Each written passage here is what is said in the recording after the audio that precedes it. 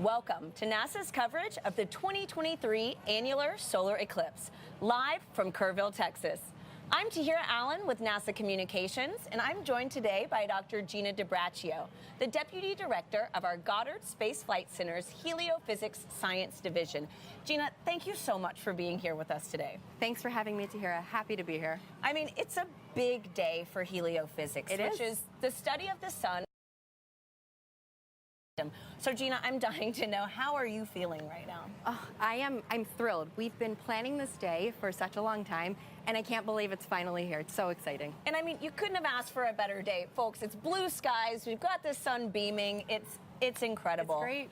And so today's celestial event will be visible for millions in the Western Hemisphere, with 48 contiguous U.S. states and parts of Alaska witnessing at least a partial eclipse. Now, some cities, like Kerrville, Texas, are in what's called the path of annularity for today's events. So, Gina, can you break down what that means and what somebody in this path can expect? Sure, Tahira. So when a solar eclipse happens, the sun, the moon, and the earth are all in line.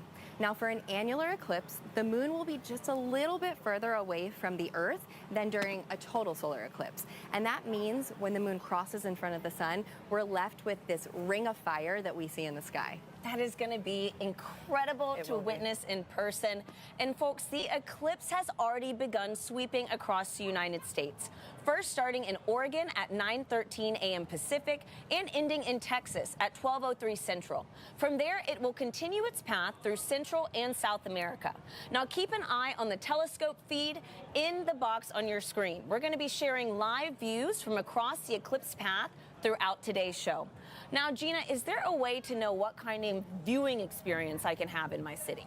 Sure. So our viewers can go to go.nasa.gov/Eclipse Explorer, and that will take you to that interactive map that we have, and you can see when and what your viewing experience will be.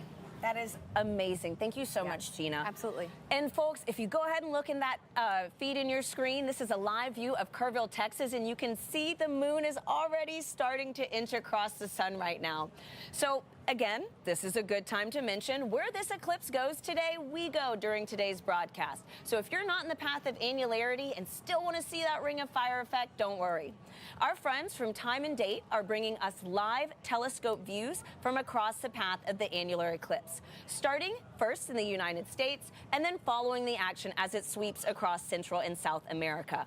We have a lot of exciting things planned for you throughout the show. You're going to see what it's like inside a hot air balloon at the world's largest balloon festival. We'll then check in with astronauts aboard the International Space Station. You'll hear from a very special guest about eclipse safety, and then learn all the ways you can participate in next year's total solar eclipse. This is going to be the last time a total solar eclipse passes across the mainland U.S. for 2 decades. Now, you can interact with our experts in today's show by sending in questions using the hashtag AskNASA on social media, or by dropping them directly into the comment stream wherever you're watching. Now, today we are here for an annular solar eclipse. But did you know there is actually a difference between an annular and total solar eclipse? Now, imagine the sun is having a spotlight show in the sky. In a total solar eclipse, the moon moves right in front of the sun and covers it up like a big curtain, making everything dark for a little bit. It's similar to what you would see at dusk or dawn. Now, because the moon is completely blocking the light from the sun, we're able to see the sun's corona during a total solar eclipse. Now, in an annular solar eclipse like today, the moon is going to be a bit too far away to completely cover the sun. So like Gina said, when you look up at the sky, you're going to see the sun with a glowing ring around the moon. Because of this, it is often called a ring of fire effect. And as you can see on your screen right now, it is going to be a really, really cool and unusual sight. Now, a word of caution, though. Because the sun is never completely covered during an annular eclipse, it is important to always wear your eclipse safety glasses anytime you look at the sun. Now, both types of eclipses are amazing shows, just with different perspectives. So today we're going to be bringing you views of the annular eclipse, and you're going to have an opportunity to view a total solar eclipse on April 8th, 2024. Now, Gina, anything you would add to that? Of course, Tahira. So the science with the annular eclipse Yes. and the total solar eclipse, we can do great science, and NASA has a bunch of experiments which you'll hear about later today. Fantastic. Thank you so much, Gina. And folks, it's time to meet your other hosts. We have James Traley at our Eclipse desk. He's going to be keeping us keyed into the action, connecting with telescope operators across the country to show us live views as annularity sweeps the nation. And we also have Joy Ung and Michael Kirk at our Albuquerque desk. They're going to be joined with special guests throughout the show to talk about how important eclipses are to all the science we do at NASA and how you can play a part in the activities leading up to 2024's total solar eclipse. Now we're going to head out to Joy and Michael later, but first, James, how are things looking on your end? Hey, Tahira, so excited to be joining you live from Kerrville, Texas. I've got my Eclipse glasses ready to view today's big event, the Annularity, right here in just a few moments. We should be getting our first view from the West Coast in just a few moments. Up in Eugene, Oregon, they'll have the first awesome view from the United States. And you can track all of today's events using this interactive tool we've developed called our Eclipse Explorer. If you want to play around with this, go to go.nasa.gov/Eclipse Explorer. This is a fantastic tool that allows you to preview exactly what the eclipse is going to look like in your neck of the woods. You can see this path that it's going to be taking all the way down to us in Kerrville, Texas, starting out in the Pacific Northwest. But even if you're outside of that area of influence, say, for example, you're watching today's broadcast live from Milwaukee, you'll get a great view of a partial eclipse. And these little icons that you see here, these little googly eyes, if you will, they're actually clickable. So if I go to Eugene, they're supposed to have peak annularity beginning at around 9:17 a.m. Pacific. If I click on this little googly eye, it'll snap right to that time, and you can preview exactly where it's going to be. So you still have plenty of time to start getting up to speed with exactly what this annular eclipse or partial eclipse is going to look like in your neck of the woods. So I certainly encourage you to play around with this tool. And if we go to our real-time view of it now, you can see that a partial eclipse is already impacting a very large portion of the United States, stretching all the way out to as far as Nashville. And so very excited for our moment in this partially eclipsed sun here in Kerrville, Texas. We're expecting that to begin at around 11:50 a.m. local. I'm going to continue to track the movement of this annular eclipse across the U.S.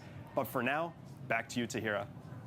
Thank you so much, James. So excited to see that first instant of the Ring of Fire effect soon. Now, Gina and I are joined with Leslie Garrison. Hi, Leslie. Who is going to show us how to make a pinhole viewer to observe today's events if you do not have your eclipse glasses. Yes. So, Leslie, I see you've got a few different pre-built pinhole viewers with you right now. Can you first just walk us through how this even works? Yes, absolutely. So, to safely view the sun today, we brought a couple of items. We have a colander, a pinhole, a peg hole, a sheet of cardstock, and a hole punch. And so we're going to use them to simply create what we call a pinhole projector. And so in order to use these or to make these, you need a few items from home, but number one, make sure to never look at the sun directly, but number two, make sure when you are making and creating and using these that the sun is to your back so that the sun's light can cast light through the holes. And you just, what, put it up and have it Yep. Coming put a through. shadow on the ground? Absolutely. And Remember, so behind on the you. paper model, we are going to put a hole here, and the light is going to go directly through it. Peg hole, the colander, and the NASA 3D printed model already has a hole. All you have to do is wait for the eclipse to happen and see the view of the sun on a surface area. That's great. So, Leslie, can you go over those materials just one more time? Absolutely. So at home, you probably already have a colander. This is just a pegboard toy from my son's toy box, and a sheet of cardstock and a hole punch. But NASA has a cool event online.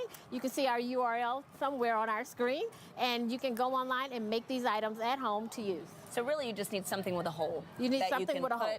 put, yeah. The sun's light can shine through, so on the surface area, and you can see the eclipse on that surface area. Simple, Great. effective. Yeah. Leslie, thank you so much Thank for your you help for having today. us. Leslie. And folks, this is a good time to remind everybody that it is dangerous to look directly at the sun without specialized eye protection for solar viewing during today's events. Now we have a very special guest that you might recognize popping in to share some important tips to make sure that you stay safe during an annular eclipse.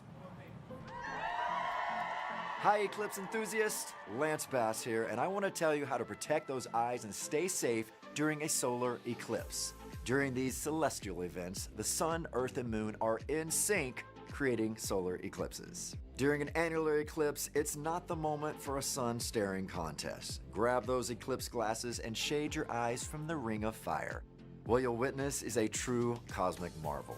The moon will move between the sun and the earth, but the moon is a bit too far away from Earth to completely cover the sun. So, when you look up at the sky during this annular eclipse, you'll see the sun creating a glowing ring around the moon. Because the sun is never completely blocked, it is never safe to look directly at an annular eclipse without special eye protection for solar viewing.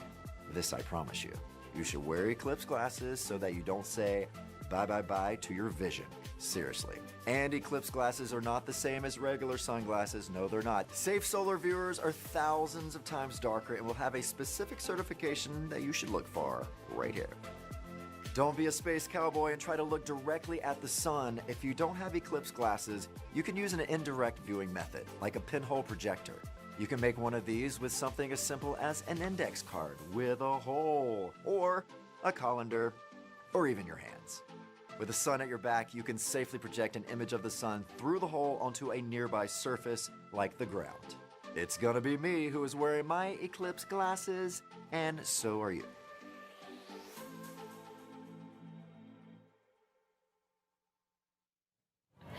Now, don't forget to be in sync with these safety tips, folks. Seriously, listen to Lance and protect those eyes. We really want everybody to enjoy today's events. Now, let's check in with Joy and Michael in Albuquerque, New Mexico. Joy, Michael, how is the energy over there? Hi, Tara and Gina. The energy in Albuquerque is buzzing. We are so excited for the annular eclipse to pass through New Mexico in just under an hour. I'm joined with one of NASA's eclipse experts, Dr. Michael Kirk. Thank you so much for joining us. Oh, it's an absolute honor and a privilege. I'm so excited to be here today. So we're currently on the grounds of the Anderson Abruzzo International Balloon Museum in Albuquerque, and behind us, the Albuquerque International Balloon Fiesta is also happening. And in fact, a balloon is also about to get inflated right behind us, which is really, really exciting. So Michael, have you seen an annular eclipse before? I have seen an annular eclipse in New Mexico back in 2012, but this is a special event here today. With the balloon fiesta going on, there are literally thousands of people behind us, all getting ready for this event. This is one of the most special eclipses I've ever been to. This will be my first annular eclipse. I'm really excited, and the skies are looking really clear, so I have my fingers crossed that it stays that way. So we have these incredible balloons over the past week, but did you know that NASA also does science experiments and develops technology using balloons? They're slightly different from hot air balloons. So to learn more, I chatted with Chris Yoder from NASA's Scientific Balloon Program. Hi, Chris. Thank you so much for joining us. Thank you for having me. So you're part of NASA's balloon program. What is the difference between a NASA scientific balloon versus a regular hot air balloon? Good question. So hot air balloons are air-filled, and the air is heated to create the buoyant through the lift that gives them flight. Generally, they float at a couple thousand feet, and they go up and down in a matter of hours. Scientific balloons, on the other hand, are quite different. So our largest balloons can fit a football field inside their equator, and they can fly for much longer. So payload capacity is about 8,000 pounds, several SUVs. The duration can be up to 5 or 6 weeks at a time, and the altitudes can be up to 160,000 feet, about 4 or 5 times the height of a commercial airliner. Wow. So quite a bit different, yeah. That's incredible. And you launch all over the globe. So you launch from New Mexico in the US, New Zealand, and even McMurdo Station in Antarctica. Why do you launch from all those different places? In short, we go where the science needs us to go. Some scientists need Northern Hemisphere science for galaxies and star formations. That's why we go to Sweden. Same thing in the Southern Hemisphere. That's why we go to Antarctica. Most missions need some kind of trial or test system, so they'll fly from New Mexico to prove their science or even just collect science at a shorter duration. And then for missions that are a little more risky, we'll go out to PMRF in Hawaii. So can you describe to me what launch day is like? It's an incredible feeling, right? So you see the balloon be released, you hear the rustle of the fabric and the rush of the wind as it stands up. You see the balloon be released on the vehicle and ascend, and it just gives you chills every time you watch it. It's a really great feeling. That sounds incredible. So how many of these balloon experiments have been sun-focused or eclipse-focused? So about 8 to 10% of our portfolio is heliophysics missions. One of the ones that stands out in my mind is one I got to see launch in 2019 from New Mexico. It's called the BITSI mission, and it was looking at the corona, or the kind of the outer edge of the sun, and looking at how that behaves under different conditions. That sounds amazing. Thank you so much for joining us. Thanks again for having me. Our balloon program has been around since 1961, so it's no surprise that our balloons are constantly innovating and discovering new science. So let's dive into some of the big science discoveries that have been made with scientific balloons.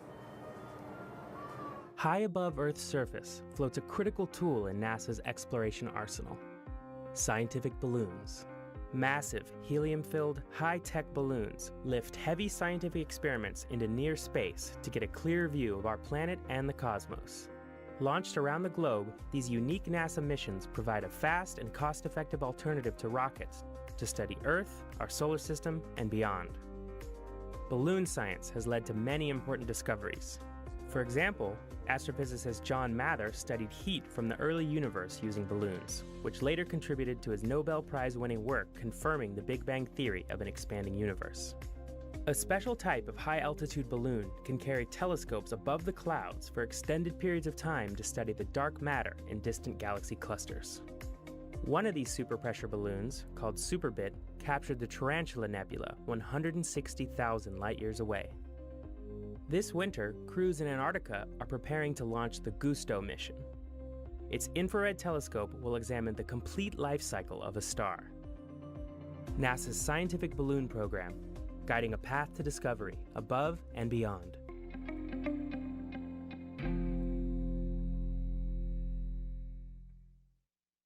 Joined with us now is the Balloon Museum Manager, Nan Maslin. Thank you so much for joining us on probably the busiest week of the year. I'm so happy to be here with you all.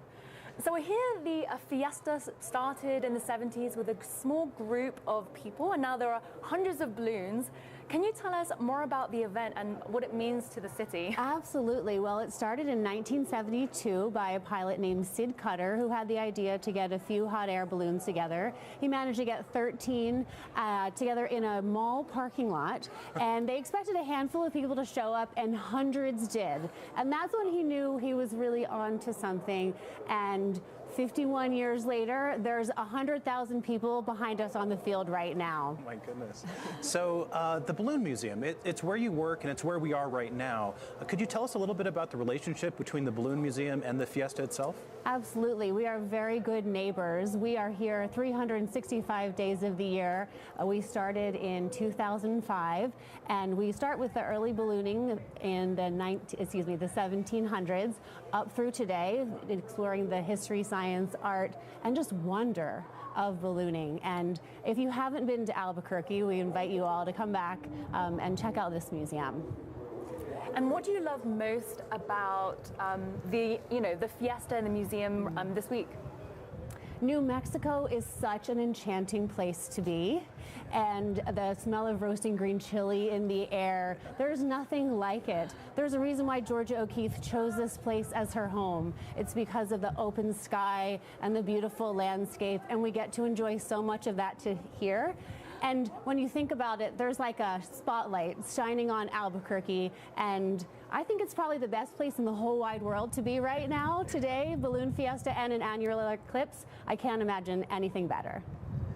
And how do you feel about an annular eclipse falling at the same time as the event this year? It's just fantastic. I'm so happy to be here with you all, and Mother Nature has provided us the perfect sky today. Looking this direction, I don't see a single cloud. There's a bite out of the sun already, like it's bitten out of an apple, and I just am so excited to see the annularity. Amazing. Thank you so much for being with us today. I'm really excited to enjoy the annular eclipse together. Me too. So next, we are honored to hear from NASA Administrator Bill Nelson. Hey everybody, we're so excited that you're joining us today for this solar eclipse. It's when the moon passes between the Earth and the sun. It's a big day for NASA scientists because eclipses present unique opportunities to study the sun. And what we learn from these eclipses along with our heliophysics research, has incredible benefits for our human exploration. The sun is a powerful, hot, glowing ball of hydrogen and helium, and it actually holds together the entire solar system. Without its energy, we couldn't exist here on Earth. Just think, it influences everything. What we do on Earth, growing crops, our economics. It even affects our physical, mental, and emotional well-being. We see its influences reflected throughout our culture as well, in art, music, religion, sports. And when you look up today with your eclipse glasses, I hope you're going to remember all the ways that the sun impacts us. NASA will never stop studying our closest star for the benefit of all of us, terrestrial beings here on planet Earth. Thank you, Administrator Nelson. So, Michael, we've been getting a lot of questions on social media. Shall we dive in? Yeah, let's do it. Okay. So, I have a question here from Priyesh Patel on YouTube, and they ask, do events like eclipses occur in a similar pattern geographically? Oh, absolutely. Geographically, we get the same sort of shape of an eclipse that will move slightly northward in its progression. So this is called the Saros cycle. And every 18 years or so, there's a repeated pattern of an eclipse, and the pattern itself repeats a little bit further north each time. And so we get these overlapping patterns that are exactly the same over time. Amazing. I didn't know that. Yeah. That's really surprising. Okay, and before I go on to my second question, I just want to mention that in the telescope view now, we are seeing a partial eclipse and a lot of bite out of the sun. Oh yeah, it's getting a bit bigger. We're not quite to 50% yet, but yeah, it is getting there. It's pretty exciting. That's so exciting. Okay, so the second question I have is Sammy Connor on YouTube, and they ask, how does the Ring of Fire eclipse affect the light from the sun reaching Earth? Ooh, that's a fantastic question, because this has something to do with the science that we can do with eclipses as well. So as the sun gets blocked by the moon progressively, there are parts of the sun, active regions specifically, that will be blocked, and the light from the active regions won't be able to hit the Earth's atmosphere. So we can actually study the effects. We can actually study these effects. We'll hear a little bit more about this later in the program. Amazing. Okay, so a third question is, one of our viewers on YouTube asks, how do eclipse glasses work? Ooh, that's a great question. So these things. Yeah, we have eclipse glasses. Okay, so you see the lenses right here. This is a mylar film, and the coating on it blocks over 99% of the white light that comes here. Not only that, but it also blocks infrared and ultraviolet light, so it keeps your entire eye safe. So it's really that coating that keeps us safe from the powerful sun's light. I'm glad. Yeah, me too. Thank you so much, Michael. Of course. So remember, wherever you're watching in the show, ask a question in the comments below using the hashtag AskNASA, and we'll be answering more later today. So now let's head back to Tahira and Gina in Kerrville, Texas. Thank you, Joy and Michael. The weather looks great in Albuquerque, New Mexico. It does, yeah. So, folks, if you're just joining us, we're following the 2023 Annular Solar Eclipse as it sweeps across the Americas. Now, coming up soon, James at our Eclipse desk will be plugging us into our very first views of annularity taking place in Eugene, Oregon. Now, Gina, as we anticipate this beginning first moment, can you walk us through what exactly is happening when an annularity takes place? Sure. So when the annularity is taking place, that's when the moon is going to be in front of the sun. Now, for the annular eclipse, it's not going to completely block the sun, so we'll have that ring of fire that we get to see in the sky. And if you take a look at that live feed from the telescope that we're seeing right now in Kerrville, we already have a bite taken out of the sun from our perspective as well. Wow, and so that's just going to pass directly over, but not fully cover it. Exactly. We'll still have that ring peeking out. Beautiful. And I mean, we're seeing something, but will anything else happen? Like, will we feel anything? Yeah, so that's the fun thing about these solar eclipses is the fact that there will be environmental changes. So we'll feel that temperature drop, maybe a change in humidity and wind as well, but also nature will respond. So check out, how it feels around you. The birds will nest and go back to their trees. The crickets will come out, starting to chirp. It'll feel kind of dramatic when this happens too. Can't wait to feel that with you today. And it'll be folks, great. I mean, it's not just us here on Earth plugged into today's action. Emily Fafaro with NASA Communications had a chance to chat with 2 astronauts aboard the International Space Station to learn more about the sun from their unique perspective off our planet. Jasmine, Satoshi, this is so exciting to be talking with you. This is the coolest thing that I've ever done. As you know, all eyes are going to be on the sun on October 14th as we experience an annular solar eclipse. And so I'm wondering, have either of you ever seen a solar eclipse of any kind? Emily, actually, coincidentally, my very first day at NASA was August 21st, 2017. Which was an incredible solar eclipse. All my classmates and I got to go outside and stare up with everyone. Pretty much everyone else at NASA was outside in those moments looking at the solar eclipse. So that's something I'll always remember. Wow, oh my gosh, what an incredible first day that must have been. Solar eclipse events provide scientists with a unique opportunity to study the sun in different ways. So with that, I'm wondering, how do you study space weather and impacts from the sun on the International Space Station?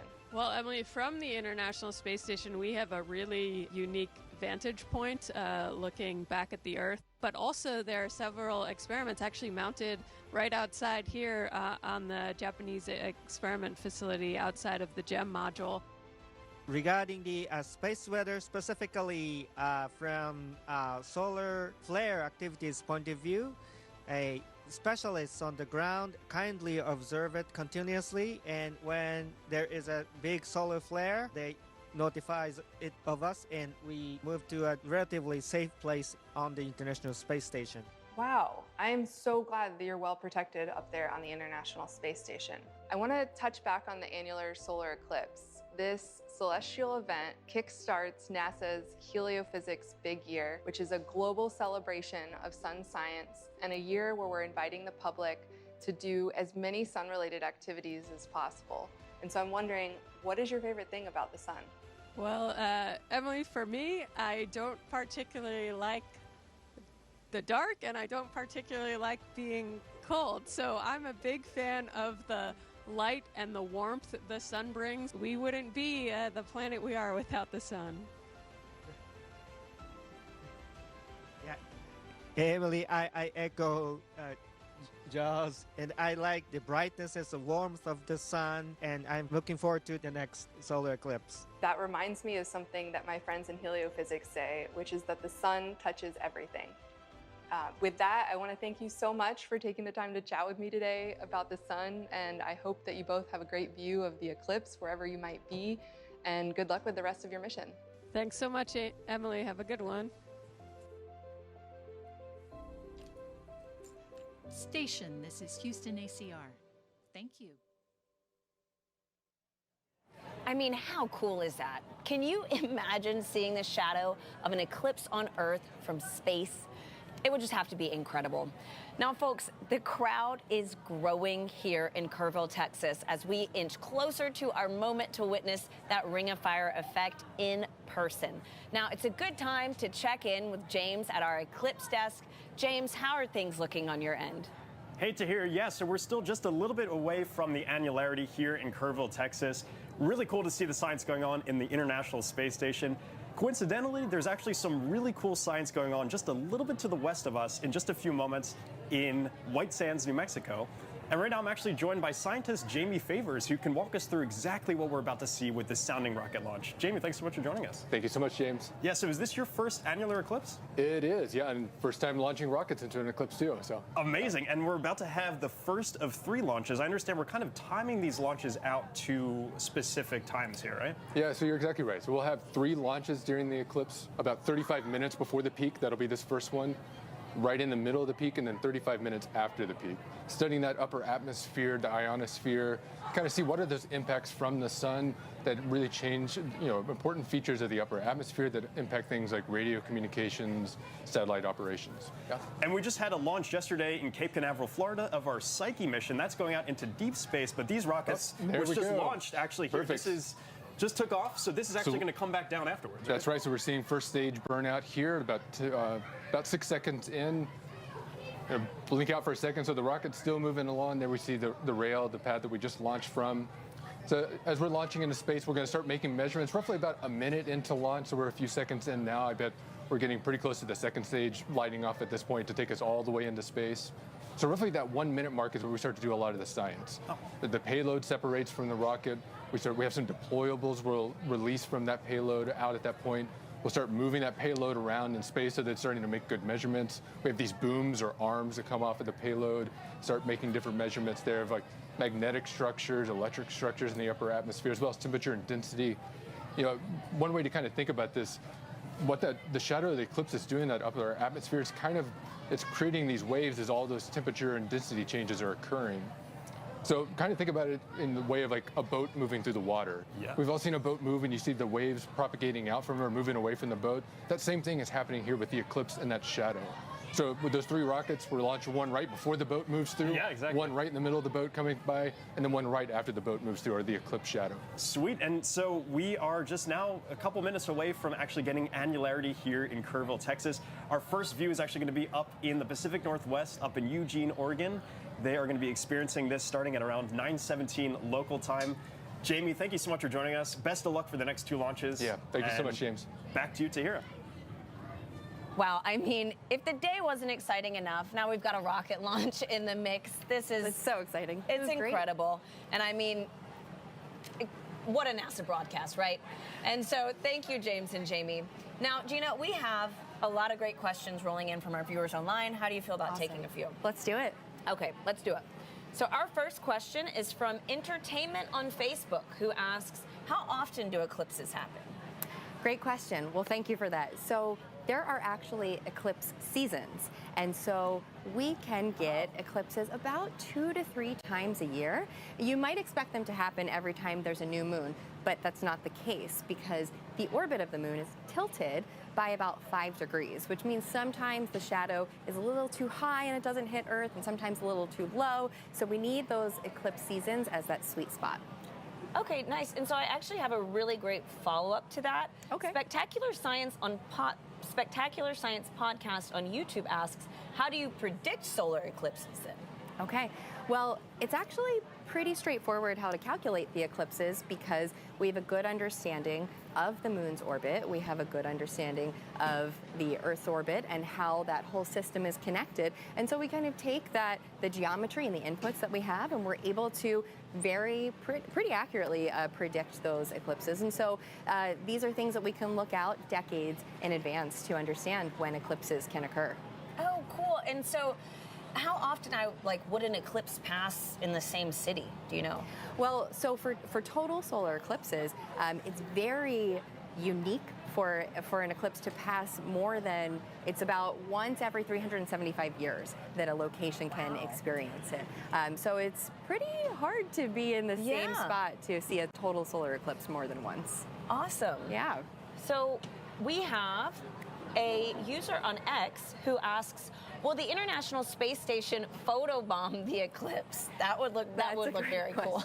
Yeah, and so we just got to hear from the International Space Station, and the unique thing about our astronauts on board is that they have a totally different vantage point for studying the eclipses, and they get to actually view the shadow of the moon as it passes over the Earth. And there are experiments that we have on board the space station as well. And so, with NASA, we have all of these different eclipse experiments that are taking place, and we try to take advantage of every perspective that we have. Awesome. So we have a final question from Dante. This is going to be a quick one. Okay. But Dante on Facebook, who wants to know, will the moon block solar wind along its path during this Ring of Fire eclipse? Oh, I love that question. So the solar wind is actually a stream of charged particles that's constantly coming off of the sun, and it interacts with the Earth and other planets in our solar system. Now, the Earth's magnetic field actually blocks a majority of those particles from interacting with Earth. Some are able to get through and interact with our upper atmosphere, but for the sake of the eclipse, most of the particles will still kind of be able to be deflected around the Earth's magnetic field. There will be some that are able to interact with the moon, but it wouldn't have a huge impact on what we experience at Earth. Fantastic. Thank you so much, Gina. And You're thank you to welcome. everybody sending in these questions online. We will get to some more of what you want to know by later on in the show. So keep sending those questions in using the hashtag AskNASA. Now let's check in with Joy and Michael to see what's new in Albuquerque. Joy, how's it going? Thanks to her and Gina. So we're just under 30 minutes away from Annularity in Albuquerque, New Mexico. Michael, shall we put on our glasses to see what the sun and moon are doing? Yeah, let's do it. Okay. Okay, so you're seeing a deep partial solar eclipse. More than half of the sun is blocked out, and so you just see a crescent of sunlight peeking out. Wow, that is amazing. Annularity is just going to be stunning. I can't wait. Oh, I can't wait either. This is terribly exciting. You can see a balloon inflating behind us. We have annularity coming. It is all coming together today. I just can't believe that an annular eclipse is happening at the same time as the fiesta. It really feels special, doesn't it? And actually, earlier this week, I even got to fly in a hot air balloon, which is just amazing. That's fantastic. I met an amazing balloon pilot, Jonathan Wolf, who's been launching balloons in Albuquerque for decades. So let's take a look at our ride. So for complete newbies, how does a hot air balloon work? It's a great question. It's physics, simply. We heat up the air inside the balloon, and that makes it less dense, and then that makes it float. Now, what that means, though, is we can only control up and down. The way we fly and the way we navigate is by choosing different layers of air to fly in. And I've heard that there is a box, the Albuquerque box. Could you explain what that means? Certainly. It's one of the reasons why Albuquerque is a famous place for ballooning. Sometimes what happens is at a higher elevation, the wind is going to the north, and at the surface, it's going to the south. That's what we call the Albuquerque box. Sometimes the box works out such that you can fly to the south and go up, fly to the north, and then come down and fly back south and land right where you took off, which is an extraordinary and wonderful accomplishment. It's super fun when you can do that. So for someone who's never been in a balloon, what is it like? It's unlike any other form of flying. In a balloon, you're actually outside, right? You're standing in a little basket, and there's no windows. You're just out there in the air, and it's just science, right? It's buoyancy, like I said, it's applied physics, but it feels like magic. It's a ballooner eclipse. Oh yeah! I love that. It's very calm.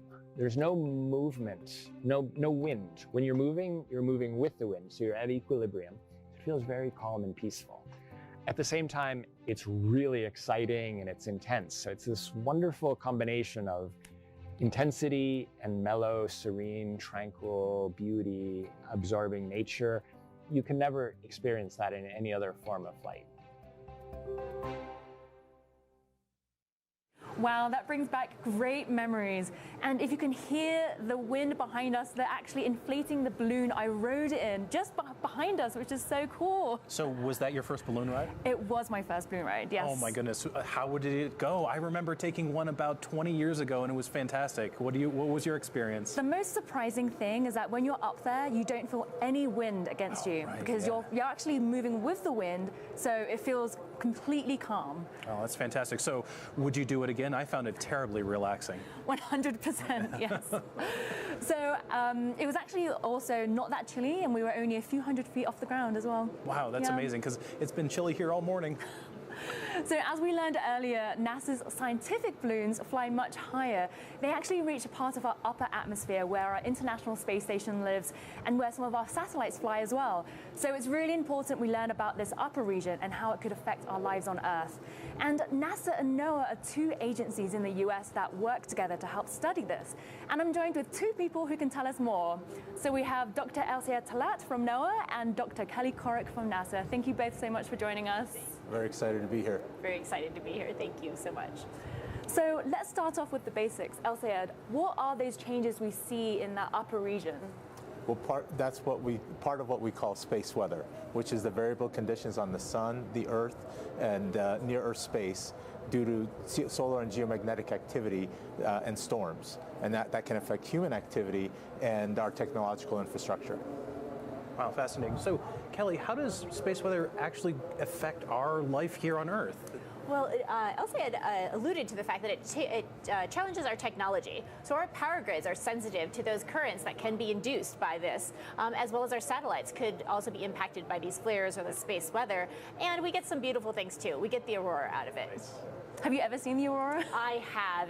Was absolutely beautiful. I laid on the ground for hours in the snow watching it. So talking about space weather and the activity in our upper atmosphere, how do NOAA and NASA work together to better understand those phenomena? Well, yeah. NOAA is a go-to resource for space weather information. It watches the sun and the Earth 24/7, and it's the nation's official source of forecast warnings and alerts for space weather to help decision makers prevent and mitigate the effects of space weather here on Earth.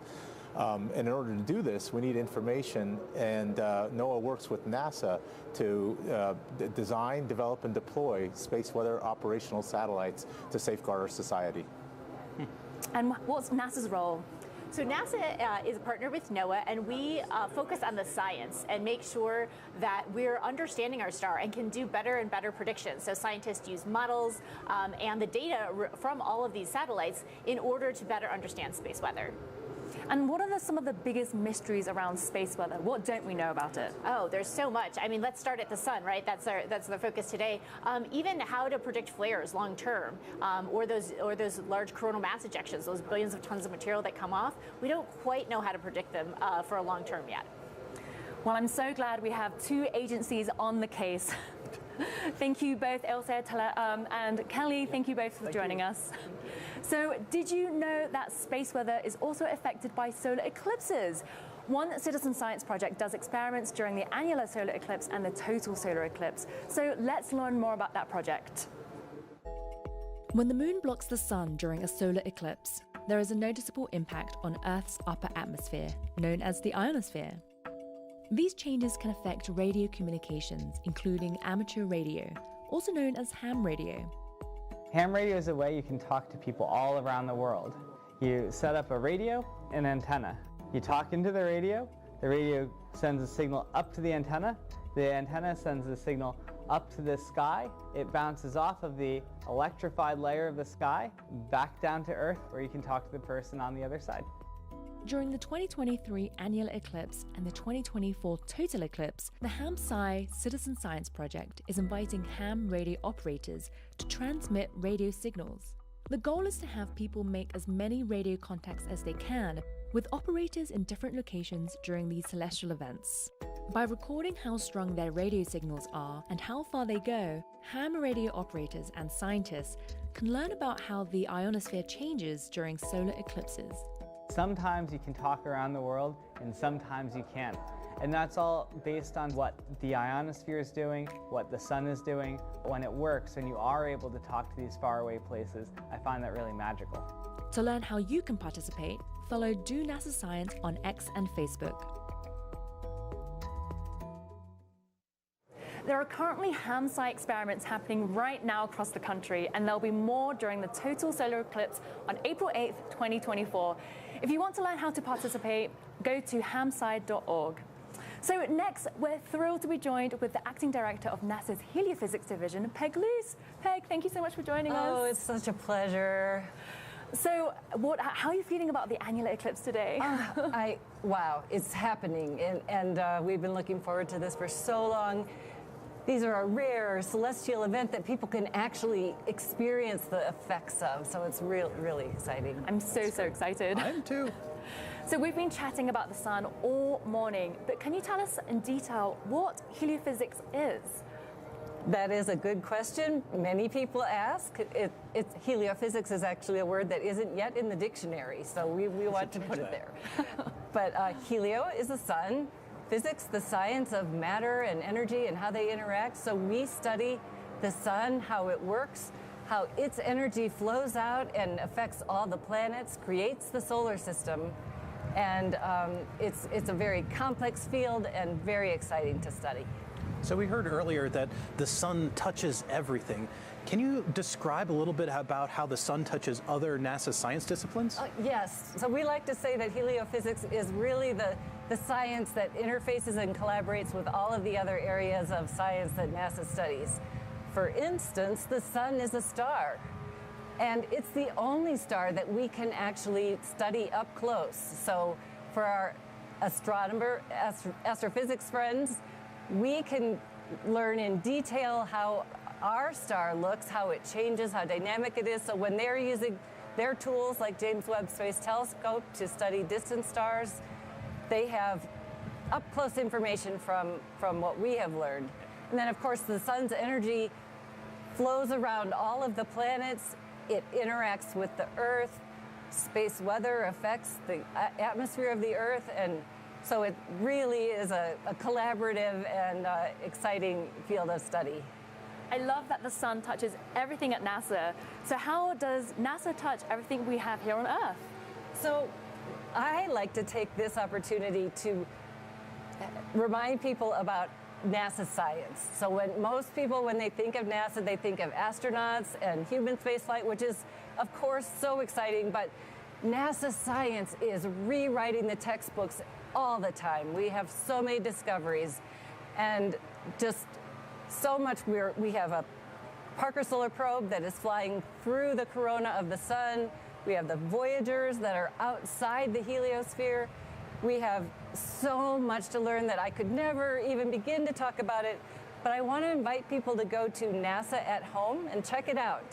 You'll get just a little bit of more information about all that NASA science does. It's an exciting time for NASA science. It really is. Yes. Thank you so much, Peg. Thank you. So now let's head back to the Eclipse desk in Kerrville, Texas, where they're about to start tracking the start of the annular eclipse across the United States. Thank you, Joy, Michael, and Peg. And Joy, you are absolutely right. Folks, we are moments away from the start of today's annular eclipse in Oregon.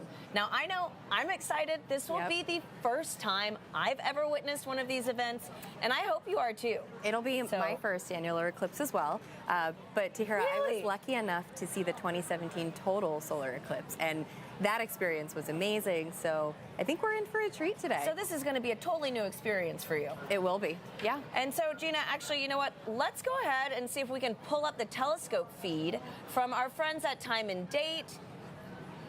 Wow. Look at that. San Diego. Oh, San Diego. We've got a live view of San Diego, California right now.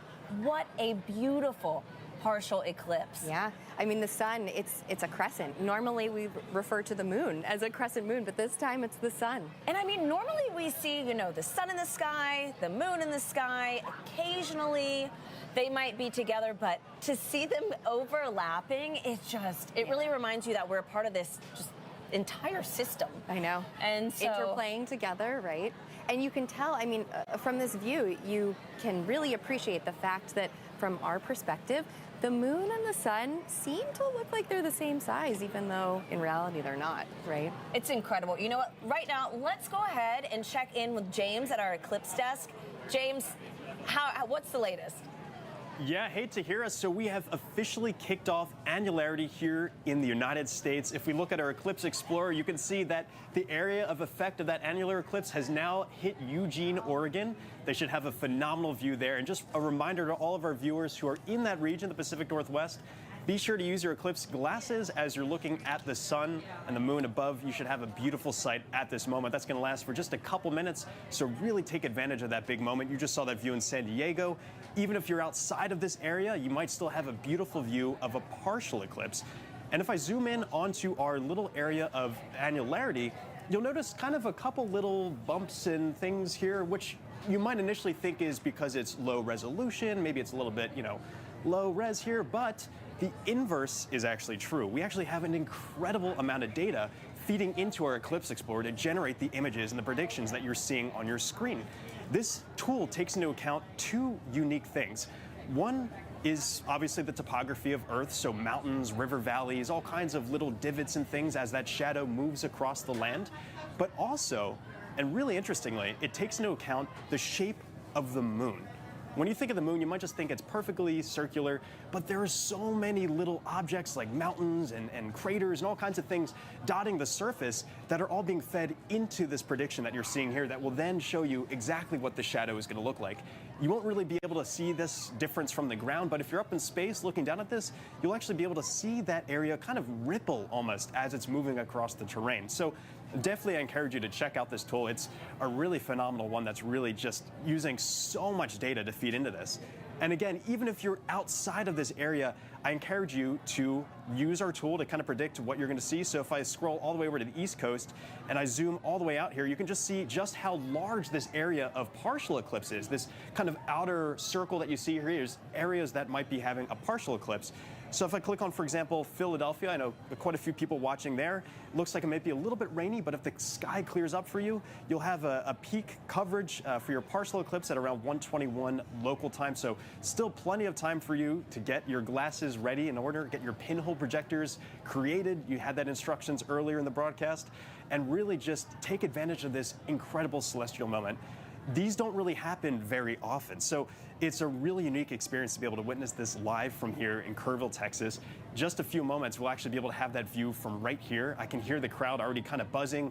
People have all their glasses ready to go, already kind of looking up and observing that partial eclipse. You just saw the coverage in San Diego. This is really sweeping across such a big area of the United States, and it's going to continue to move closer and closer and closer to us. You can see already since I've just started this conversation here, we've already moved away from Eugene, so they are no longer in annularity, and this is continuing to move into parts of Nevada. This will then continue to track further southeast to our friends out in Albuquerque at the Balloon Festival. They'll have a phenomenal view there, intermixed with the balloons and everything. It'll look awesome. And you're also seeing right now our live view of Kerrville, Texas. You can see we're already in pretty good coverage here with the partial eclipse. If I click on Kerrville on our interactive map, you can see that we're expecting our peak coverage of the annularity to begin at 11:50. And I'll remind you again, if you're using our interactive tool, these are all clickable too. So if you wanted to click onto those and to see exactly what time and exactly what it's going to look like, actually, this is a prediction of what it's going to look like in your neck of the woods. And so actually the path you're seeing this moon taking is the exact path it's going to look like the moon's taking in real life for you. So that little googly eye is showing that directionality. So for us, the moon has already entered in from kind of above the sun here. It's going to continue tracking down, eventually giving us that incredible ring of fire effect. I can't wait to see this live. This will be the first time for me ever seeing an annularity live. I'm super excited. So the hit is coming up again in Albuquerque, New Mexico. In just a little bit, they'll get a phenomenal view there. Keep tracking it. But for now, back to you, Tahira. Incredible, James. And I mean, I think earlier you said buzzing. Like, Gina, it feels like the town is coming alive. It is. It's starting to get a little colder here. I know, I'm kind of chilly. So, I mean, looking around, you can just see people are kind of lounging back with their safety eclipse glasses and just taking it all in and getting excited for this. And not only will Kerrville see today's annular eclipse, they're also positioned to see the total solar eclipse next year. Yeah. Right? Like, how awesome is that? And so, folks, let's take a look at how the city has been preparing in the lead up to these special events. Kerrville is the eclipse capital of the state of Texas. It is known as being the capital of the Texas Hill Country. It's the epitome of Texas. Ranches, deer, beautiful streams like the Guadalupe here. Kerrville is very welcoming. It's a wonderful community. Tight-knit, small. It has about 25,000 people. Kerrville is blessed to be in that special square. Not only are we going to witness the annular eclipse in 2023, we're also going to witness the total solar eclipse in 2024. We're talking about crossroads, you know, we get it twice. Two eclipses is coming right here, right where I stand. Well, it's statistically extraordinary. We get two in less than 6 months. Everybody's excited about it. City council, county commissioners, everybody's working diligently to be able to provide safe opportunity for the influx of people. This will be the biggest event in the history of the city, and that's why the city is preparing. We're preparing to make the event enjoyable for everybody who wants to see this tremendous natural phenomena. I think that Kerrville has done an awesome job of preparing, way in advance. It's getting that message out to people to make sure that they're taken care of personally, but then there's the science part of it, letting them know what is an eclipse. And I'm just having a great time going out and talking to civic organizations and clubs, and I can talk about eclipses. So this will be my 4th and 5th solar eclipses. I've seen total eclipse in Nebraska. I drove 1,200 miles for a little over 2 minutes, and it was well worth it.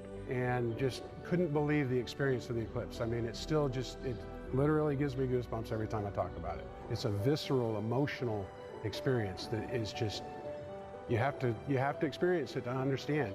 I thought I knew what it would be like, but I gasped at the sheer wonder. It's going to be a, you're going to hear that intake of air and It was the most beautiful natural thing I've ever seen. So to have an eclipse basically in my backyard is just, it's indescribable. As you can see, the town is alive, preparing for these spectacular moments. Now, Gina, the sun not only impacts us here on Earth, right? That's right, Tahira. So the sun impacts our entire solar system. And in fact, when we explore with NASA, that's something that we have to take into consideration. So I'm glad you said exploring, because I actually just recently learned that the sun even impacts human exploration in the solar system, which I thought was really cool. So let's take a second and see how studying heliophysics is actually helping us prepare for sending humans to the moon and Mars under our Artemis program. NASA has studied the sun and its influence throughout our solar system for decades. The Artemis program will provide a better understanding of solar activity through 2 new missions. Hermes is an instrument package that will monitor space weather from the moon and be placed on NASA's Gateway, an orbital outpost being built for lunar operations and eventually Mars exploration. The dual spacecraft Escapade mission will examine the effects of solar wind on the red planet's atmosphere. Heliophysicists at NASA are working to protect astronauts who will travel to the moon and to Mars by increasing our understanding of the space environment through which they must travel. With safety ever at the forefront, the agency is using spacecraft observations and simulations to better understand space weather. That's a look at your Artemis Moon Minute. Folks, I've learned that it is almost time for Annularity to make its move into Albuquerque, New Mexico. We've got Joy standing by at our other desk, who is going to tell us about an upcoming NASA mission and show us live views from this solar eclipse. Joy, Michael, on a scale of 1 to 10, how excited are you right now? I think I'm about a 20 right now. What about you, Michael? Oh, I am so excited. You can see the light changing. It's getting a little bit chilly. I am so excited. I cannot wait. Yeah. So now we're joined with NASA scientist Dr. Nikki Weil, who's going to tell us about a new sun mission. Firstly, Nikki, how are you feeling today?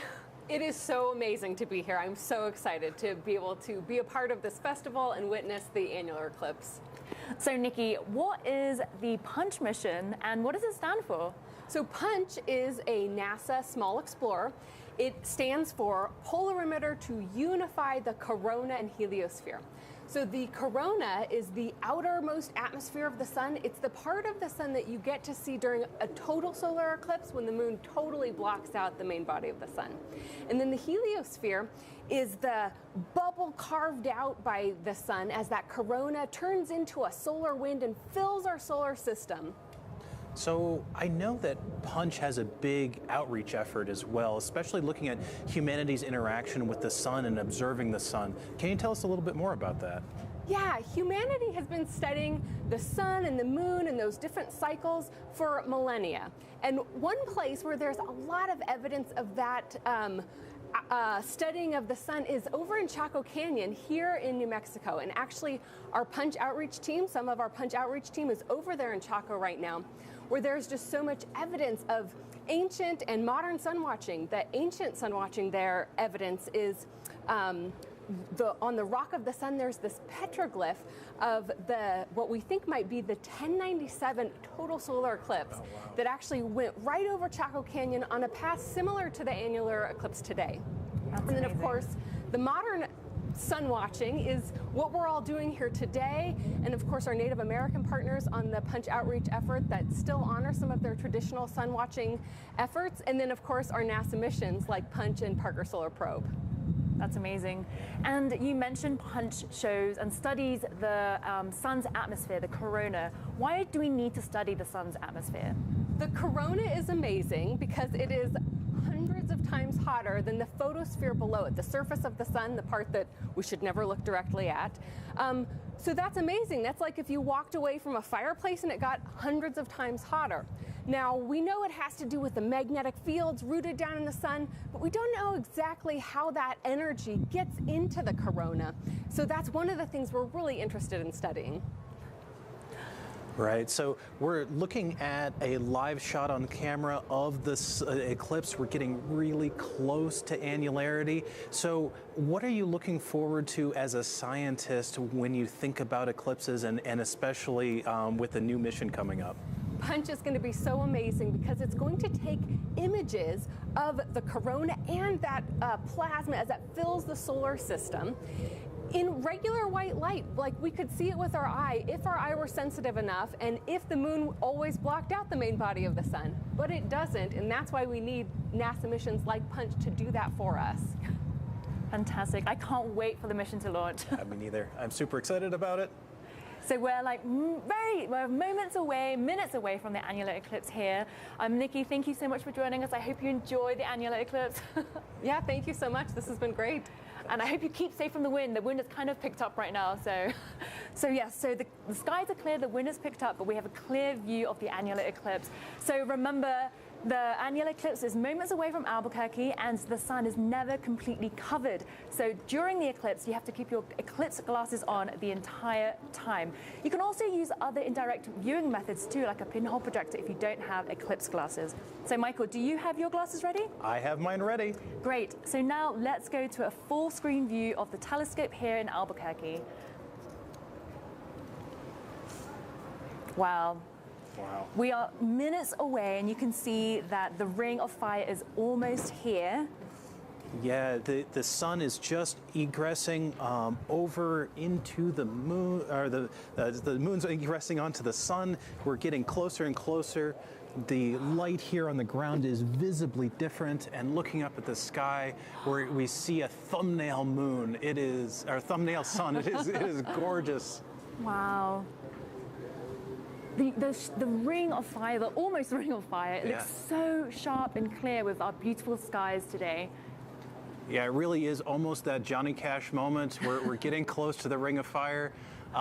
It is really beautiful to see happening in real time as well. This is one of those events where I can sit and watch and see how the moon is progressing and see that changing. I can't believe that the moon, we can actually see the moon moving in front of the sun right now. You can literally see it. It's just incredible. So as we approach annularity, you might be able to see Bailey's beads. These are bright points of light of the sunlight coming through the valleys on the moon itself, right before the annularity begins. You can even hear the crowds in the background. You can just feel the atmosphere building up. Yeah, it is palpable. Everybody is super excited here. I know I am just thrilled. We are just in the final countdown. You can hear some people starting to cheer and starting to get all pumped up themselves. Wow, the ring of fire is almost here. I'm just going to take my glasses off briefly and you can see the crowd. Everyone is just staring safely at the sun right now. It's just amazing that we're all united looking at this amazing celestial event. And make sure you take a look at the shadows around you. You're going to see these crescent shadows everywhere as different objects create natural pinhole projectors. And so make sure that you do have a moment to take a look at the world around you, because there's a beautiful rings. So let's take a minute and just be quiet and enjoy the view.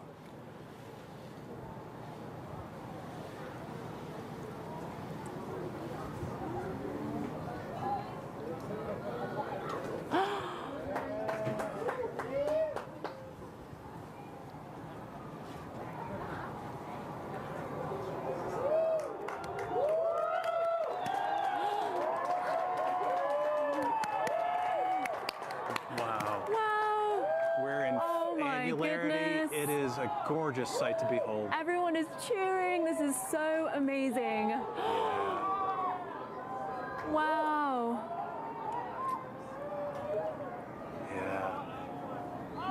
This is amazing. You can hear people screaming in the background. People are so excited. And take off your eclipse glasses safely, of course, and make sure you look at the shadows around you, look at how the environment has changed, just make note of this entire event. Wow, this is so amazing. This really puts our planet in perspective with the whole solar system, you know? It's truly spectacular. It's one of those natural phenomenon that I just feel so lucky to be here at this place at this time to be able to observe it.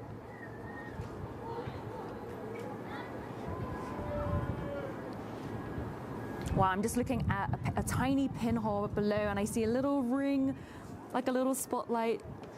This is so cool. You can see ringlets dotting everywhere around here. See people taking pictures of the ground.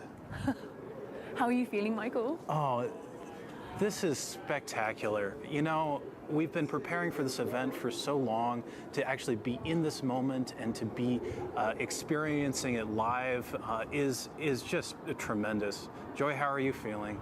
I'm just in awe, you know, I can feel the temperature drop and this ring of fire feels so long. It's just about 4 minutes long and it feels just incredible that we are seeing moon right in front of the sun right now. So that moon's shadow is traversing across the ground at a few thousand miles an hour, almost Mach 3. So even though it seems like it's lingering, it's actually making really good progress, and pretty soon our colleagues in Kerrville will be seeing annularity too. Wow, and the crowd, everyone is still staring, looking at the annular eclipse. I love that everyone is here together, enjoying this together.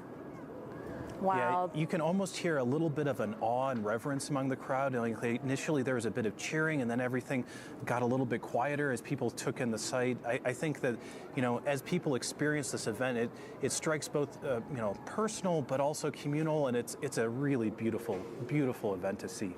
I would say we have about thousands of people in the fiesta today and hundreds on the museum grounds. Everyone is just excited about this eclipse and it's just so lovely to see. I think also what I really love to do is to look at the crowd and see everybody looking up at the sky with their glasses on in the same place. It's just, it's fun to do a little bit of people watching as well. Yes. Wow, this is a perfect ring of fire. It's just so crisp. Yeah, it's fantastic. I'm so excited for the science that is going to be coming out of this too. Of course, I always come back to the science, and this opportunity to have the moon covered to this extent is going to provide us really amazing data about how the sun and moon and Earth how they interact with each other. Oh my goodness. We have about 30 seconds left of annularity here. I just want to absorb this moment. It's so fast and so slow. Definitely. Wow, what a sight.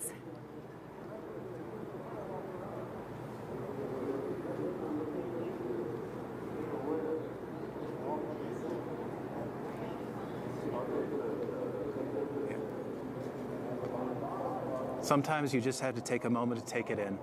Yes. Oh my goodness.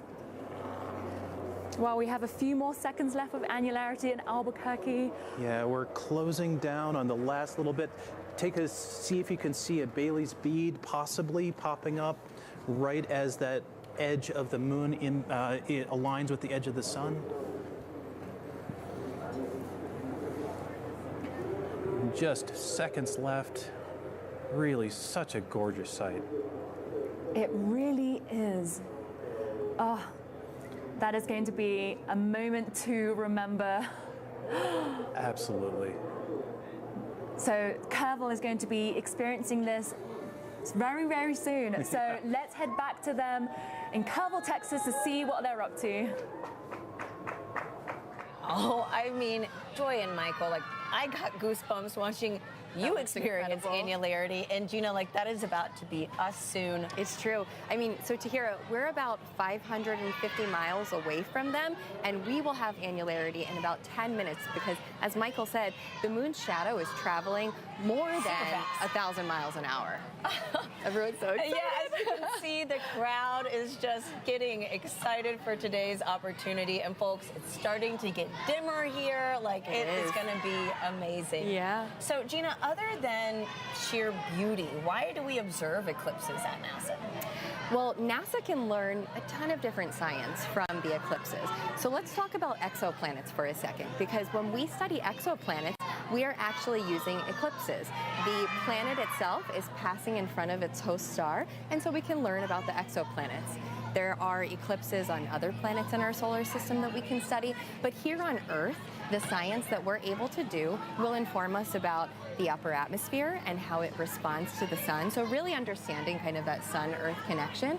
We can do lunar science as well, and of course, solar science, learning more about the sun. So eclipses are touching Earth science, planetary science, sun science. Everything. It's incredible. Across And the NASA's spectrum. studying it all. Yes, exactly. We take advantage of that, for sure. Absolutely. I mean, spectacular sight, spectacular science. Yeah. So, folks, we have James standing by at our Eclipse desk with a telescope operator who's going to show us the next city experiencing annularity. James, how are things looking? Yeah, hey Tahir, I just had a quick look outside. It is really surreal here. It's kind of hard to process exactly what we're seeing because it's daytime, but it feels like it's not. It's starting to get already very close to annularity. You can hear a lot of screams behind me now. Right now, we're actually getting the annularity in Roswell, New Mexico. They should have a phenomenal view outside right now. And I'm actually joined by a telescope operator who's been providing a phenomenal view for us all morning with her telescope. This is Kat Trosch. Thank you so much for joining us today. Thank you so much for having me. This is so exciting. Yeah, it's really mind-blowing seeing it. And so you have quite the setup. Could you walk us through exactly what you have outside for us? Sure. I have a Celestron 6 SE. It's a Schmidt-Cassegrain telescope with a solar filter on the front and a DSLR camera that's streaming to YouTube. And so a Schmidt-Cassegrain telescope's a bit of a unique telescope. Usually you think of kind of like a long cylindrical thing, but this concentrates the image in a different way, right? Right. So it's a little bit more compact. It's definitely designed for astrophotography in mind. And how it works is there is a glass corrector plate in the front. It's clear glass. And the light from anything that you're looking at, whether it's planets or in this case today the sun, will travel through the corrector plate to the primary mirror that's at the back of the telescope. Then that will bounce back into the secondary mirror that is attached to the corrector plate on the front, and then it'll go through again back into the diagonal that's attached to the DSLR camera or an eyepiece if you're looking at it. So a pretty complex process, and also you have to have special protection for the telescope itself because you're used to looking at pretty dim objects. What do you have set up for that? So I have a white light solar filter, and it is incredibly important. Just like protecting your eyes, you need to have solar equipment for your telescope or your camera if you're photographing the sun. Yeah, and so also, this is obviously moving really quickly across our sky. You just heard from Michael that this is really quite a quick event here. So how do you keep it in the field of view of the camera?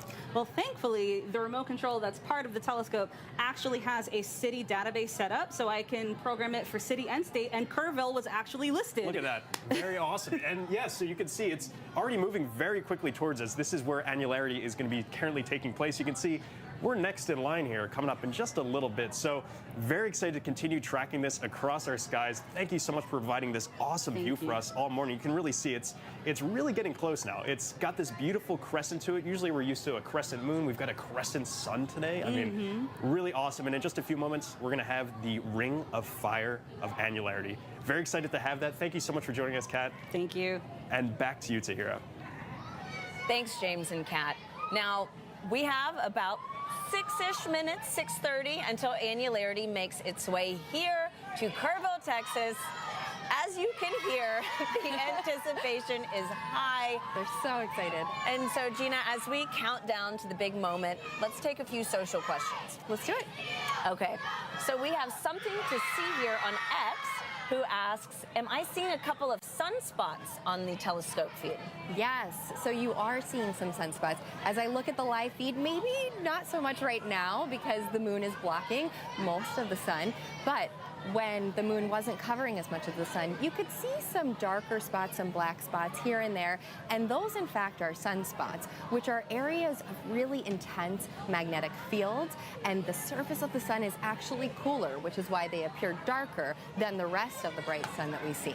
Now, we heard a little bit about space weather and some of that solar activity that's coming towards Earth during, some of the sun's activity, and basically these sunspots are where that activity can come from.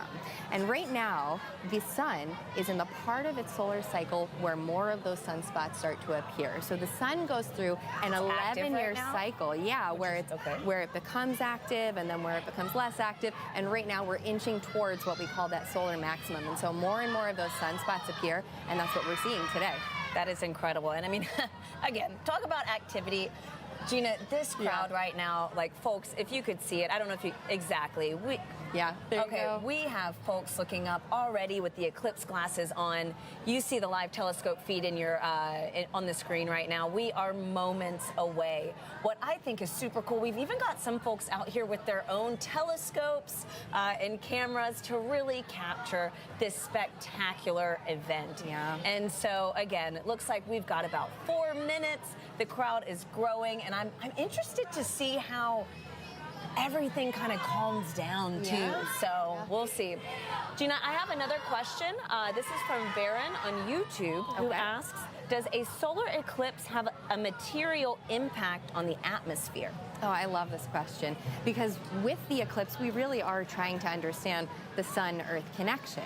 And so you can almost think of the eclipse as a controlled experiment. Basically, the fact that we often, experience changes in our atmosphere during the nighttime, but the eclipse is almost able to turn off and on the sun. So even right now, we were blasted with the sun earlier, and now it's just chilly. Like it's darker. Yeah, and so it's the upper atmosphere that we're really interested in understanding, and the energy and the radiation from the sun creates what we call the ionosphere, this upper part of the atmosphere that's filled with charged particles. And so when the sun's radiation is not hitting the atmosphere, that ionosphere, it changes in its density, its temperature, and we're really trying to understand those changes, and the eclipse gives us that opportunity to really turn the sun on and off, which we can't do in any little other experiment circumstance. that honestly all of us also get to be a part of. Right? So that's really cool. It is. Thanks, Gina. So our next question is from Hunter on YouTube, who asks, does the solar eclipse affect the moon when it happens at night? Okay, great question, Hunter. So today, as we're experiencing a solar eclipse, that means that the moon is between the sun and the earth. Now, the lunar eclipse that can take place is when the moon is actually on the other side of the earth. And so today we're experiencing that solar eclipse, and we see that the moon is very dark. And it looks like, too, we're getting a live feed. Looking at that feed. All of another annularity taking place right now. Odessa, Texas. Wow. Oh, there we go. It's cool to see this comparison right now. What is that? What's on the side of the screen? Like we might have some solar activity. Is that a Bailey's bead? Yep. Or solar activity? Wow. Wow. That's incredible. It is leaving Odessa right now and heading It's coming our way. Us, Gina. You can see oh my goodness. in the other live feed that we just have that teeny tiny sliver of the sun left peeking out. Wow. We've got about 2 minutes here, folks. As you can hear, the crowd is chanting and counting down until our moment right now. Oh, that is beautiful. It's coming in so quickly, too. And you can I'm going to grab those glasses so that I have them. Okay, wow. So before we hit our moment and peak in annularity, folks, it's a good time to give a reminder that it is never safe to look directly at the eclipse without proper eye protection when watching even a partial or annular solar eclipse directly with your eyes. You must look through safe solar viewing glasses or a handheld viewer at all times. Do not look at the sun through a camera lens, telescope, binoculars, or any other optical device while wearing eclipse glasses. Wait, 1 more minute, folks. If you don't have eclipse glasses, you can use an indirect viewing method like a pinhole projector, which has a small opening and will project the image of the sun onto a nearby surface. You just heard it. We are under a minute away from the annular eclipse making its way across our area into Kerrville, Texas. It feels like it's gotten here so quickly. We've been counting down. I know. And now we're less than It a is minute. beautiful. And Yeah. so, again, you're witnessing firsthand the moon passing between our star and the Earth. And we're taking this full screen right now. Gina, let's take this opportunity and get a closer look. All right. Oh my gosh, And looking this is around, the I mean, first everything time. is so dim. Oh wow. Oh my God. Wow, you know, like, why am I emotional right now? Oh, there we go.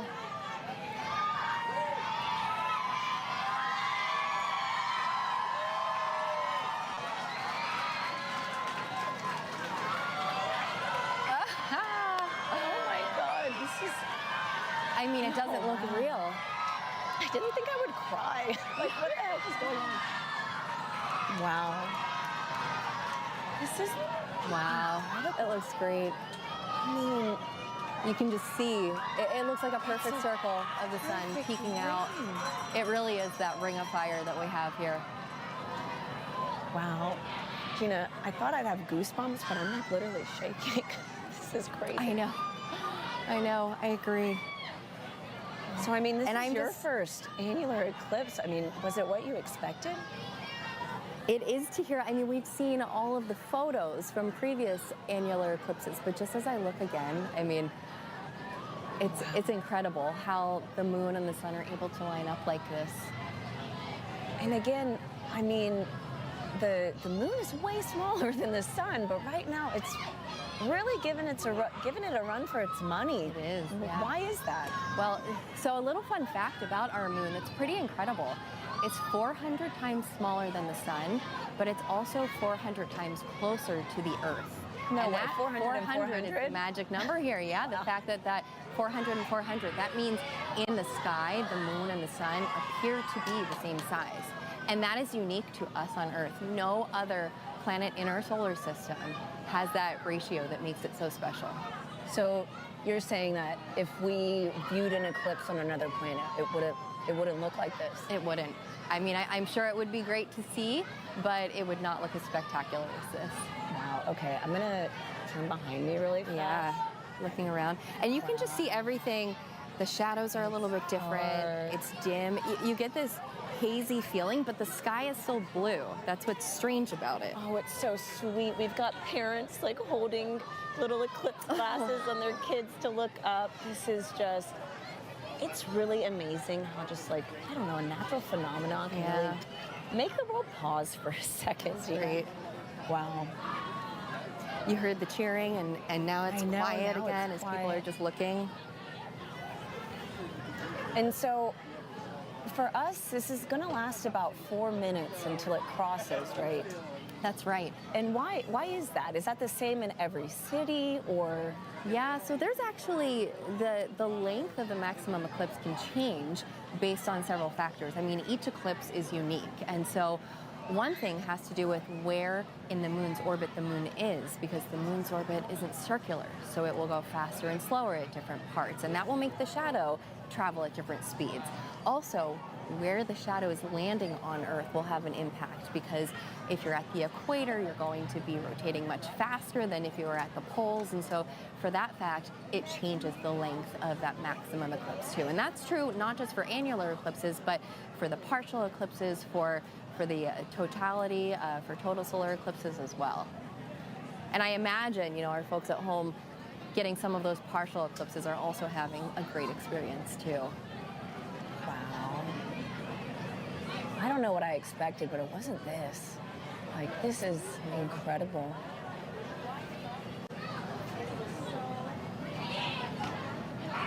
And so, Gina, I'm sure, I mean, you're in heliophysics, sun science. I'm sure some of your teams are studying today's eclipse. Like, oh yeah, what? Absolutely. What kind of science can only happen right now, you know? Right. We've heard about the sounding rockets that are experimenting. Oh, you know, that's right. We today, saw one, yeah. studying the upper atmosphere. And so we're really interested in knowing, like right now in our location, as that radiation from the sun's being blocked, how does the upper atmosphere change? And so in addition to that, I mean, we really want to understand how those sunspots, what's going on when they're covered versus when they are not covered. We can tell the difference in that radiation that's coming from the sun. And so there's so much science that we can do. And this is just, folks, view is just so incredible. Before we fully pass through this transit, let's check in with James at our Eclipse desk. James, I know you are seeing this. What do you think? It's truly a surreal moment. It feels like almost nighttime. It's been really breezy, chilly. That was so the shadows awesome. are all like little rings as well. It's just a beautiful sight. Kind of hard to put into words the exact feeling. I mean, we've been preparing for this for a while. We've been tracking this all morning with our Eclipse Explorer, but actually to see it in person and to take it in, it's a really incredible moment, and this only lasted about 4 minutes. You can see on our Eclipse Explorer, this is already passing off of Kerrville, heading further southeast to parts of the Texas coast on the Gulf. And the morning is far from over here. For a lot of folks in Central America and South America, their morning is just starting off here. The partial eclipse is affecting still a large part of the region. You can see this whole area that's highlighted here in the larger ellipse here. That's all being affected still by that partial eclipse. And you can see on our track that this is going to continue moving further southeast all the way into parts of South America before the morning's over. It's been just incredible tracking this. And actually, Kerrville, we're in the path of the total solar eclipse for next year. So if I turn on the path for next year, you can see X marks the spot here in Kerrville. We're going to be coming right back here to witness this incredible cosmic event once again, getting that incredible view. Just really, again, very hard to put into words just how amazing this is. Just a stunning experience, and it's been an honor to be here with you this morning, tracking this event as it's moved across. We started the morning in Eugene, Oregon. Now it has arrived and already passed us in Kerrville. I'll continue to track it for a little bit longer here, but for now, back to you, Tahira. Thank you, James. And folks, this is just the beginning. Today's event kickstarts NASA's Heliophysics Big Year, which is a year where we're encouraging people to do as many sun-related activities as possible in the lead up to next year's total solar eclipse. Now, Joy and Michael in Albuquerque are going to share some of the ways you can play a part. Joy, what can we look forward to? Now that the annular eclipse is here, the fun has just begun. So today is the official launch of NASA's Heliophysics Big Year. This is a year-long celebration of solar science, and it's modeled after the Big Year concept from citizen scientists in the bird-watching community. So they're challenged to see as many birds as they can, but in the Heliophysics Big Year, we're challenging you to do as many sun science-related activities as possible. And so one way to participate is through NASA's citizen science projects. Here are a few sun-related ones you could join. Did you know that you can participate in solar eclipse science with NASA? NASA's citizen science projects are collaborations between scientists and members of the public, no matter your citizenship.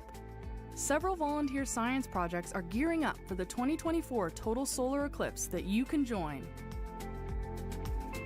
Total solar eclipses don't just look cool, they provide a rare chance to see the sun's faint outer atmosphere.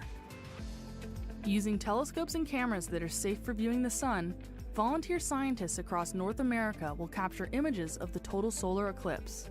Scientists will study these images in detail, tracking how plumes of solar material move through the sun's atmosphere. But be careful, without proper tools and techniques, you can damage your eyes and your camera. Did you know you can listen to an eclipse too? Amateur or ham radio operators will send radio messages to one another during the eclipse to see how changes in the upper atmosphere distort radio signals. As the moon blocks one portion of the sun, it can make other portions easier to see. Working with local scientists at an observatory in Southern California, participants will observe magnetic hotspots on the sun as the moon passes over them, revealing details they normally can't detect. Want to learn more? Follow Do NASA Science on X and Facebook to see how you can get involved in NASA citizen science. So as you can see in the telescope view, the moon is now moving away from the sun, which is really, really amazing that we're still seeing this partial eclipse. Absolutely, and I think I can see a sunspot in there too, and I think on one of the earlier shots, I could see a prominence. So we're seeing NASA's sun science happening in real time. So we're getting some amazing questions online. Shall we ask some more? Yeah, let's get into it. Answer some more. Okay, so we have a question from Peter Chang on X, and they ask, can filtered telescopes see flares on the sun during totality? Oh, that's a really good question. The answer is yes. It depends on what filter, though. So if you use just a white light filter, then you have to have an exceptionally large flare in order to be able to see it. If you use a filter like an H-alpha filter that specifically selects one color of red light, then you're going to be able to see flares a little bit more frequently, even even during totality as the corona adjusts to that flare as it erupts. Okay, so we have time for one more question. Yuri on X asks, if a solar system had more than one star, would they have more solar eclipses? Would they all look like the same eclipses that we have here on Earth? Ooh, that is getting a little sci-fi, but that's okay. So if we had more than one sun, you'd have to have a moon to block both suns, or maybe two moons to block both suns. So you'd have to have a very complex geometry to get everything lined up perfectly so you could get solar eclipses with two suns and two moons, and oh, it would get very complicated. Thank you so much, Michael. You're welcome. Okay, so now we're joined with NASA's heliophysics lead, Denise Hill, who's going to tell us more about how you can participate in the heliophysics big year. Hi, Denise, how are you today? Great. Did you see that? That was my first annular eclipse, and we got a prominence. I am so stoked. That was the dopest thing ever. Okay, okay. Heliophysics big year. So, as you've heard before, the sun touches everything. And the Heliophysics Big Year is a celebration, a global celebration of sun and sun science and what we have going on. But it's also, I think I heard you say it, Michael, it's about the community and being communal and just the unity of hearing everybody cheer. The sun touches us all in so many different ways. And so the Heliophysics Big Year is going to help us kind of discover all the ways the sun touches us scientifically, but in other ways as well. And why is it a big year for the sun? So you saw what just happened, right? Oh, well, that's nothing. Coming up in April 8th, we have the total solar eclipse, and then Parker Solar Probe's closest approach, which will end out the Heliophysics Big Year, but it's the mission that has literally touched the sun, and it's going to be making its closest approach. And then from there, every single month during the Heliophysics Big Year, and it's a big year because it's more than 12 months, but during that time, we have themes for on different ways people can explore the sun and how it touches them. So we have themes like fashion. We're going to be delving into physical and mental and emotional health. The sun touches us in so many ways besides. And then we have missions. In just a couple weeks, we have our AWE mission that is launching, and it's going to be the first space weather station on ISS. And we are so excited. You have no idea. Wow, there's so many new NASA events and opportunities coming up. Is there any other like science events that maybe people could get involved with themselves? Yeah, for sure. So we've talked about citizen science a bunch, and that is one of the ways for sure for people to get involved and to do NASA science with real scientists. And then there's also, like, you are a scientist. Every single one of us is a scientist. And we're going to share ways that you can explore the sun, do your own little scientific investigations yourself. And so, yeah, the science is going to be front and center. There's also going to be some other things as well. That's great. So what are you most excited about in this upcoming big year? For me, it's the unity, right? Like the sun touches, it doesn't matter what race you are, what ethnicity, what culture, religion, whether you live in a rural community, urban community, it doesn't matter. The sun touches us all. And we like to call it our extraordinarily ordinary sun, because our sun is supposed to just be ordinary. But it is responsible and touches every living thing on Earth. And no other star that we know of has that level of responsibility. So that gives me hope that you can be ordinary and have an extraordinary impact. That's amazing. Well, I think our sun's pretty extraordinary by itself, so I don't know. Thank you so much for joining us, Denise. Thanks for having me. So if you want to learn more about the Heliophysics Big Year, you can visit go.nasa.gov/heliobigyear. Michael, are you excited for the Heliophysics Big Year? I am so excited because I get to be a rock star for an entire year, and then I go back to being a normal scientist again.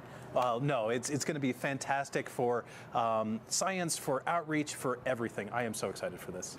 Well, the Heliophysics Big Year has so many opportunities for folks around the world to get involved with NASA science, especially during the 2024 total solar eclipse. And one group of citizen scientists will be using their sensors to make observations. They'll gather sound recordings and help with data analysis to understand how wildlife will be impacted by solar eclipses. And you can help them too, no matter your citizenship. So now let's learn more. During a total solar eclipse, it is almost like day becomes night very quickly. So knowing that there's going to be a change in that light and life-giving energy means that we can predict when animals are going to have a rapid shift in their behavior, which results in changes in the acoustic environment or the soundscape.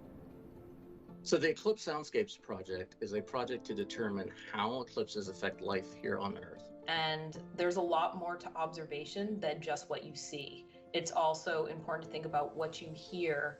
We're measuring how the rapid onset of darkness during an eclipse affects wildlife by measuring the changes in sounds that they make. The general public is best suited for this type of project because the general public is everywhere.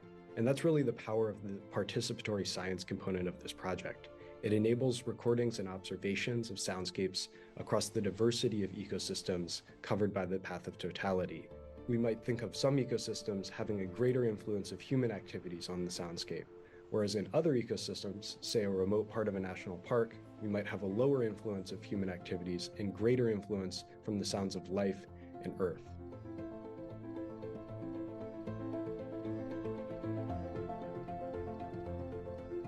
The only way to properly preserve a species is to understand it. The only way to understand it is through scientific study on their behavior, their patterns, and their habitat requirements. One of the things we'll be doing during the total solar eclipse is setting up these recording stations. So these are our acoustic monitoring stations. And what we're doing is listening for calls of the different bat species with the hopes of maybe picking up some of those endangered species like the northern long-eared bat. We're hoping the results of this study will inform us about the health of our bat populations on Hot Springs National Park and help improve future conservation efforts. The Eclipse Soundscapes project is an inclusive and accessible project that is inviting the general public to get involved in NASA science alongside scientists and subject matter experts. Wherever you take your observations, you might be giving us information that has never been recorded before. And that is really useful and interesting to a scientist. Wow, that sounds like an exciting project that anyone can get involved with. So if you want to learn more about Eclipse Soundscapes or any of other NASA's other citizen science opportunities, go to go.nasa.gov/heliobigyear. Well, thank you to everyone joining us online and here in Albuquerque, New Mexico. It's been an unforgettable day, hasn't it, Michael? Oh, it certainly has. I will never forget this day. It has been just a day full of activity and memories that will last a lifetime. So although the annular eclipse is over in Albuquerque, we still have one more day left at the Balloon Fiesta and 1 year to participate in as many sun science-related activities as possible in the Heliophysics Big Year. So now let's head back to Kerrville, Texas, where Tahira and Gina will chat about the upcoming total solar eclipse. Thank you so much for joining us, everyone. Thanks, everyone. And thank you, Joy and Michael. I mean, it sounds like we have so much to look forward to over this next year. And folks, even though peak annularity just passed in Kerrville, Texas, we are still getting an incredible view on this live telescope feed. You can see the moon is now passing over the sun and honestly on its way to make another city's day. Now, it is a good point to remind folks that X marks the spot here in Kerrville, Texas, where the 2024 total solar eclipse will pass in just 6 months. This very lucky city is in the path of totality and will be one of the places to witness the moon completely completely blocking out the face of the sun and darkening the sky as if it were dawn or dusk. Now, Gina and I are here with NASA Chief Scientist, Dr. Kate Calvin, to learn more about what we can expect for next year. Kate, thank you so much for being here with us. Thanks for having me. Have you. And so, Kate, can you start off and just give us an idea of what science we can expect only for a total solar eclipse? So one of the things that scientists are really interested in studying is called the corona. It's a part of the sun's atmosphere. It's the source of heat and particles that come towards Earth. But normally it's too bright, and so you can't really observe it directly. Scientists use instruments called chronographs to block some of that light, but it's still hard to see parts of the corona. It's not the same as a total eclipse? Yeah, the total eclipse gives the best environment for studying the corona. Right, but we were so lucky to just see that prominence coming off of the sun. And what is the prominence? And so that's actually some of that solar particles, some of the particles coming off of the sun, the ejecta, and we can kind of see it hanging there, which either turns into an eruption, some of that activity that we can observe, or it can kind of just quiet down as well. Yeah. So, Kate, can you tell us, how can the public get involved with the total solar eclipse? Oh, that's a good question. Yeah, so we have a number of citizen science projects. These are projects where people anywhere around the world can help contribute to our science. You don't have to be in the path of totality to contribute. We have projects for everyone. And they're different projects. Some of them you need cameras or telescopes or equipment. Others you can use just with your cell phone. And so we have one project that's called on the Globe Observer app. It's to help understand the effect of eclipses on Earth's weather, and you can do that just with your phone.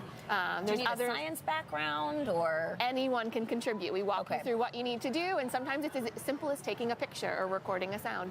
And so you can all contribute to our science. So anybody can get involved? Anyone can get involved. Perfect. And then can you tell us a little more how the eclipse science that we're doing will help to inform kind of the broader science at NASA? Yeah, and so like I said, we're trying to study the corona, the source of heat and particles towards Earth. They affect Earth. They can disrupt electronics. They can lead to northern lights. So we're really interested in that in Earth and understanding the effects on Earth. But there's also the sun affects other planets and bodies in the solar system, like the moon and Mars. And so when we think about exploring the solar system, we want to understand the sun and its role in it. Wow, that's incredible. I mean, we have so much to look forward to next year. I want to know, real quick, what's your peak excitement for next year's total solar eclipse? We'll start with you, and then Kate would love to hear your thoughts. Sure. So I'm really excited to compare what we saw today, that annular eclipse. How does it compare to that total solar eclipse? I got to see a total in 2017, but every eclipse is unique, and so such a scientist. I know. Want to do that a is little my experiment. How many data points can I get? But not just that. We're hearing everything about the heliophysics big year, and so it kicks off today, and that total solar eclipse in April will be the next event. So how many events can I participate in for the heliophysics big year? Amazing. What about you, Kate? I'm interested in sort of the things beyond just what you see, but what you feel, so that it's going to get cooler, and we might hear some Even animals. Today, we felt that. Yeah, and I really want the full body experience of the eclipse. That is incredible. And I mean, today has been a spectacular day. So folks, let's check in one last time with James at our eclipse desk to see how he's doing. James, what's it like? Yeah, Tahira, I'm still in awe of the moment that we just had here a couple minutes ago here in Kerrville, Texas. Just a stunning view of that ring of fire here. And as you can see on our Eclipse Explorer, the annularity has now shifted off into the Gulf of Mexico. So if you're in a boat out there, you'll have a phenomenal view. But we're going to be here once again next year, April 8th, 2024 in Kerrville, Texas. I've got the path of the 2024 total solar eclipse up here on the screen. You can see it's tracking right through us in Kerrville and then affecting an entirely new area here that is going to be stretching all the way up to parts of New England, all the way up to Maine, even parts of Canada. So a really large area there as well. So definitely save those pinhole projectors and certainly keep a hold of those eclipse glasses. You're going to need them for next year. We're going to be right back to cover all of that incredible stuff next year with you. It's been amazing tracking this today. And again, this is still moving onwards to Central America and South America. So if you're tuning in from there, you have a great view incoming. And in many parts of the country, there's still that partial eclipse. A truly awe-inspiring morning and a wonderful day for all. So thank you so much. Back to you, Tahira. And thank you so much, James, for bringing us into the action during today's show. Gina, so wow. I mean, this was both of our first experiences. So final thoughts. I mean, what a day. At this point, I'm ready to look at those calculations for the eclipses and check out not only April, but what else can I see in the future? Because these are spectacular to A little see. eclipse chaser now. Exactly. you I'll know? chase them around the world. No, and it has been so fantastic having you on today's show to Thank really you. just like help break down what we are experiencing today. And Of so course. again, thank you so much for everything. Thank you for having me. And folks, the action isn't over yet. You can continue to watch views of today's annular eclipse as it moves across the path by visiting go.nasa.gov/eclipse 2023 live. That live stream will continue running until 4:30 p.m. Eastern as this eclipse continues its way through Central and South America. Now, unlike today's Ring of Fire effect, we are going to witness the moon completely block out the face of the sun during next year's total solar eclipse. The sky is going to darken as if it were dawn or dusk. You can learn more about eclipses and what's in store for April 8th, 2024 by visiting go.nasa.gov/eclipses. The total solar eclipse is sure to be a rare event and one you will not want to miss. So stay up to date with sun-related events and how we are studying our star by following NASA Sun on social media. Folks, thank you to everyone who has tuned in to today's coverage of the 2023 annular solar eclipse. We hope to see you back here next April as we ring in the last total solar eclipse that will pass through the mainland U.S. for 2 decades. Now, here's how you can celebrate the countdown to April 8th by joining our heliophysics big year. We are one of 100 billion stars in a vast galaxy, but for all of human culture on Earth, one sun that nourishes us all. That is what stirs humankind. That's what unites us.